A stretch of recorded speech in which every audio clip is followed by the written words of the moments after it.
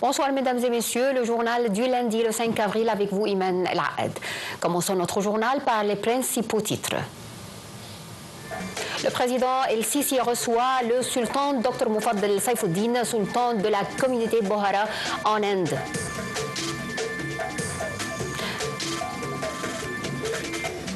Israël annonce l'expansion de son offensive dans la bande de Gaza dans le but de vaincre Hamas.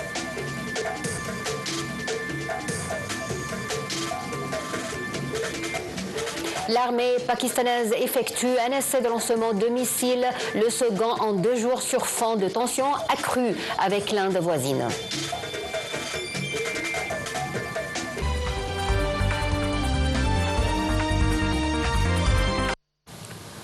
Le président Abdel Fattah el-Sisi a reçu aujourd'hui le sultan Dr Mufaddal Saifuddin, sultan de la communauté Bohara en Inde, et ses fils, le prince Gafar el-Sadiq Ahmad el-Din, le prince Taha Najmuddin et le prince Hussein Burhanuddin, en présence de M.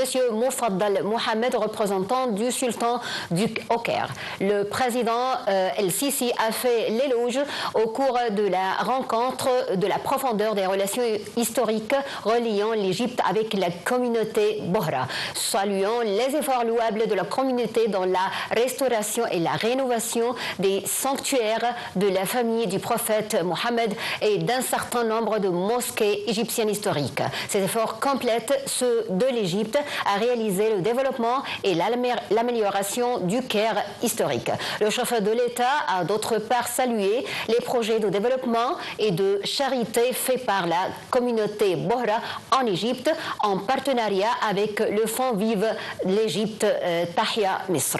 Pour sa part, le sultan Mufaddal a salué le rôle leader joué par l'Égypte pour promouvoir la paix, la sécurité et la stabilité dans la région.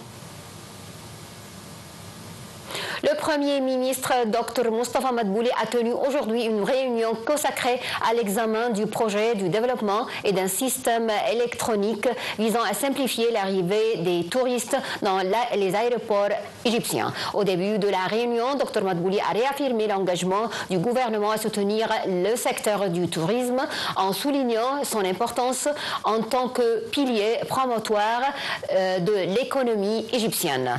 Il a insisté sur la nécessité d'offrir une expérience unique aux touristes étrangers, notamment par la simplification et la modernisation des procédures d'entrée et de sortie grâce à l'usage des technologies les plus avancées dans ce domaine.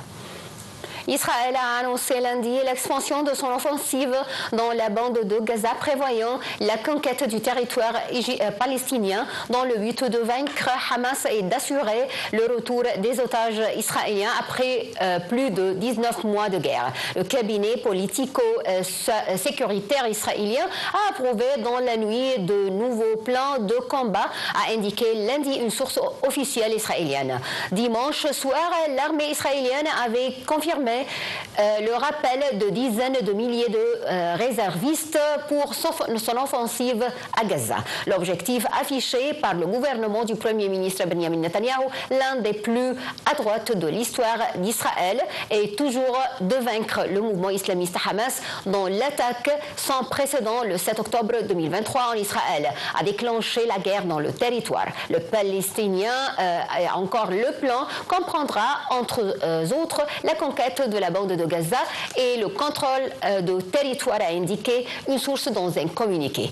Approuvé à l'unanimité par le cabinet réunissant les ministres du gouvernement, ce plan prévoit des frappes puissantes contre le Hamas selon la même source. 523 Palestiniens ont été tués dans un bombardement de l'aviation de l'occupation israélienne sur diverses régions de la bande de Gaza. Pour sa part, les brigades d'El-Qassem, la branche militaire du mouvement Hamas, ont avancé avoir ciblé une force de patrouille israélienne, provoquant nombre de morts et de blessés dans ses rangs. Les combattants de Qassam ont également déclaré avoir ciblé 2 blindes israéliens et un bulldozer militaire avec des obus et Yassine 105 dans la ville de Khan Younes.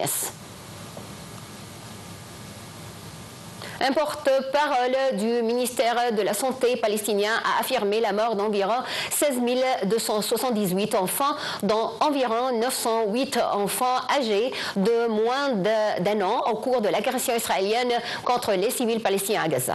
Pour sa part, l'UNRWA a averti que ses services médicaux dans la bande de Gaza souffrent d'une grande pénurie des ressources à cause du siège et du génocide commis par Israël dans la bande de Gaza. Les Houthis ont accusé lundi à l'aube les États-Unis d'une dizaine de frappes sur la capitale du Yémen et ses environs quelques heures après un tir de missile revendiqué par ces rebelles contre l'aéroport de Tel Aviv auquel Israël a promis de riposter. Les détails. À l'aube ce lundi, les rebelles Houthis ont affirmé qu'une dizaine de frappes attribuées à Washington avaient visé la capitale du Yémen, Sanaa. 14 citoyens ont été blessés dans l'attaque américaine sur le quartier de Souane à Sanaa, a affirmé l'agence de presse des rebelles. Les Houthis avaient auparavant revendiqué une attaque inédite visant l'aéroport Ben Gourion de Tel Aviv dimanche. L'armée israélienne a confirmé que l'impact ayant causé un cratère à quelques centaines de l'aérogare principal avait été causé par le missile tiré du Yémen et non par des missiles intercepteurs tirés sans succès par les systèmes de défense israéliens. Les secours israéliens ont fait état de 6 blessés légers. Alliés du Hamas, les Houthis ont revendiqué des dizaines d'attaques de missiles et de drones contre Israël, donc des tirs en direction de l'aéroport depuis le début de la guerre à Gaza. La quasi-totalité de ces tirs ont été interceptés. Les Houthis ont appelé dimanche soir l'ensemble des compagnies aériennes internationales à prendre au sérieux leurs menaces de nouvelles frappes en annulant leurs vols vers les aéroports de l'ennemi israélien. Après une suspension de 2 mois, les Houthis ont repris leurs tirs de missiles sur Israël et leurs attaques contre des navires qu'ils estiment liés à Israël au large du Yémen, avec la rupture de la trêve dans la bande de Gaza le 18 mars. L'Iran a dévoilé dimanche un nouveau missile balistique d'une portée de 1200 km, a annoncé un média d'État. La présentation du nouveau missile survient alors que Téhéran et Washington ont engagé des pourparlers sous la médiation d'Oman depuis le 12 avril, les premiers à ce niveau depuis le retrait de Washington en 2018 pendant le premier mandat du président Donald Trump d'un accord international conclu 3 ans plus tôt. Début mai, le secrétaire d'État américain Marco Rubio a exhorté l'Iran à abandonner la construction de missiles à longue portée qui n'ont d'autre but que de posséder des armes nucléaires. De son côté, le premier ministre israélien Benjamin Netanyahu avait rappelé le 27 avril à conclure un accord avec Téhéran qui élimine la capacité d'enrichissement d'uranium et qui prive l'Iran de missiles balistiques. Le gouvernement iranien se dit attaché à poursuivre les discussions avec Washington en dépit du report d'un 4e cycle de négociations nucléaires prévu hier. Le porte-parole du ministère des Affaires étrangères, Ismail Baraji, a déclaré que Téhéran attendait des précisions du médiateur, le sultanat d'Oman, concernant la poursuite des pourparlers avec les États-Unis américains et iraniens devaient se retrouver dans la capitale italienne pour une 4e série de pourparlers après que les 2 parties ont fait état de progrès lors des cycles précédents. Les pays occidentaux et les États-Unis en tête et Israël soupçonnent l'Iran de vouloir doter de l'arme nucléaire. Téhéran rejette ces allégations défendant un droit au nucléaire à des fins civiles. La Russie a affirmé dans la nuit de dimanche à lundi avoir déjoué une attaque de drones ukrainiens qui visait Moscou quelques jours avant les célébrations du 9 mai, marquant la victoire sur l'Allemagne nazie en 1945. Un commentaire. Le maire de Moscou, Sergueï Sobyanin, a indiqué que la défense aérienne avait repoussé une attaque de 4 drones volant en direction de Moscou sans faire ni dégâts ni victimes. Ce raid de drones ukrainiens survient quelques jours avant la parade militaire du 9 mai sur la place rouge à laquelle doivent assister le président chinois Xi Jinping, son homologue brésilien Luiz Inácio Lula da Silva et d'autres partenaires et alliés de Moscou.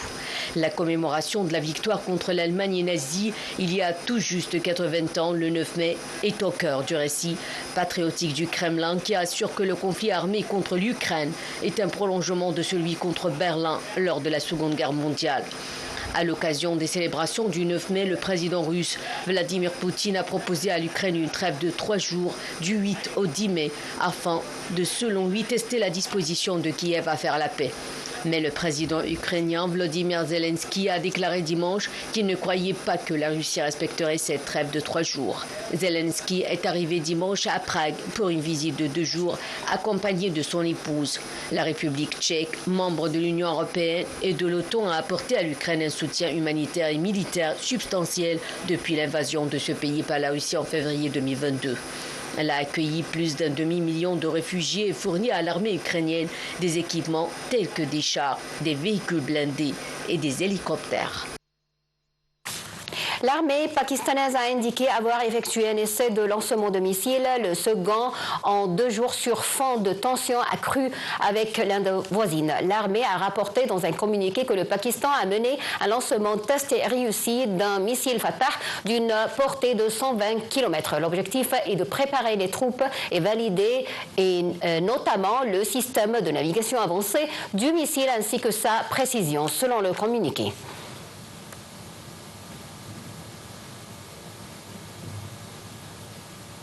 Le ministre iranien des Affaires étrangères, Abbas Araghchi, est arrivé à la capitale pakistanaise, Islamabad, pour une visite d'un seul jour afin de rencontrer des hauts responsables. Par ailleurs, le ministre iranien des Affaires étrangères, Abbas Araghchi, est attendu jeudi à New Delhi dans le cadre de sa médiation sur la crise entre l'Inde et le Pakistan, née du récent attentat meurtrier commis dans la partie indienne du Cachemire.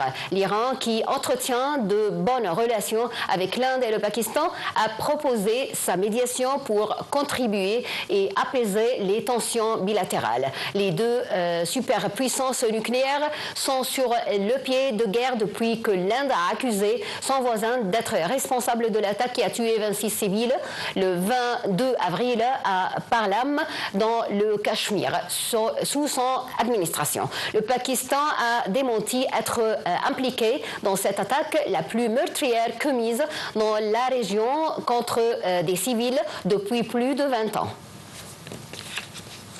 5 mois après l'annulation choc du premier tour de la présidentielle, la Roumanie a confirmé dans un nouveau vote dimanche son virage nationaliste. George Simion, un eurosceptique, fan de Donald Trump, a recueilli 40,5% des suffrages selon les résultats quasi finaux. Il affrontera au second tour prévu le 18 mai le maire centriste de Bucarest, Nikusor Dan, qui a dépassé de peu le candidat unique des partis au pouvoir, Crin Antonescu. 11 prétendants au total briguaient un poste essentiel protocolaire mais influent en politique étrangère dans ce pays. Membre de l'UE de 19 millions d'habitants, devenu un pilier essentiel de l'OTAN depuis l'invasion russe de l'Ukraine voisine. Fin de notre journal, mesdames et messieurs, à tout à l'heure.